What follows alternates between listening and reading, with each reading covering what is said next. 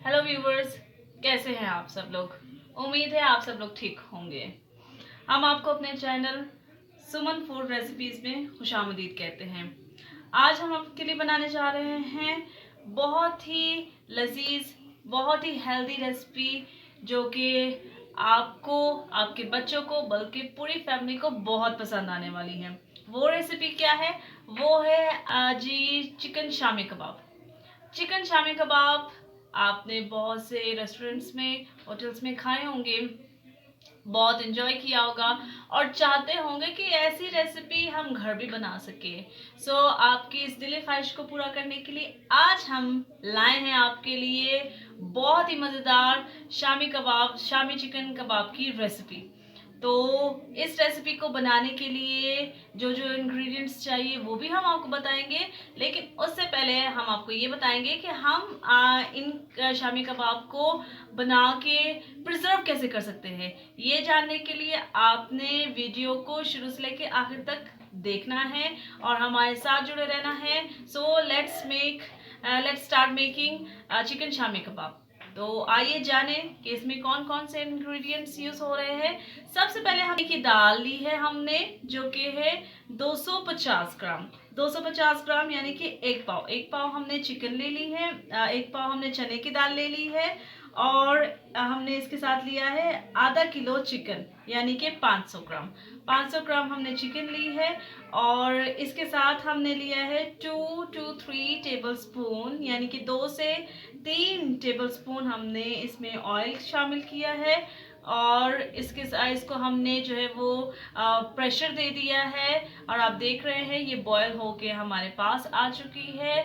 अब जो ये बॉयल हो चुकी है तो हम इसको मैश भी कर सकते हैं, हम अपने ग्राइंडर को यूज़ करके इसको मैश कर सकते हैं, या हम आम तरीका यानी कि कुंडी डंडे में भी इसको जो है वो मैश कर सकते हैं।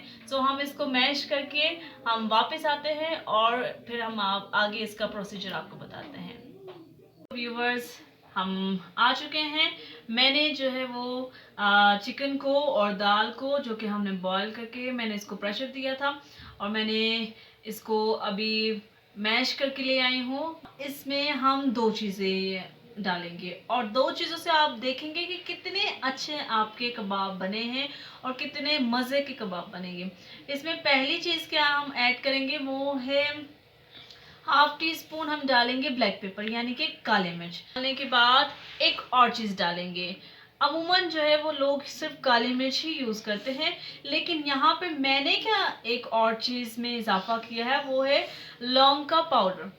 अब लौंग का पाउडर मैंने बना लिया है, आप उसको ग्राइंडर में अच्छे से इसका पाउडर बना सकते हैं।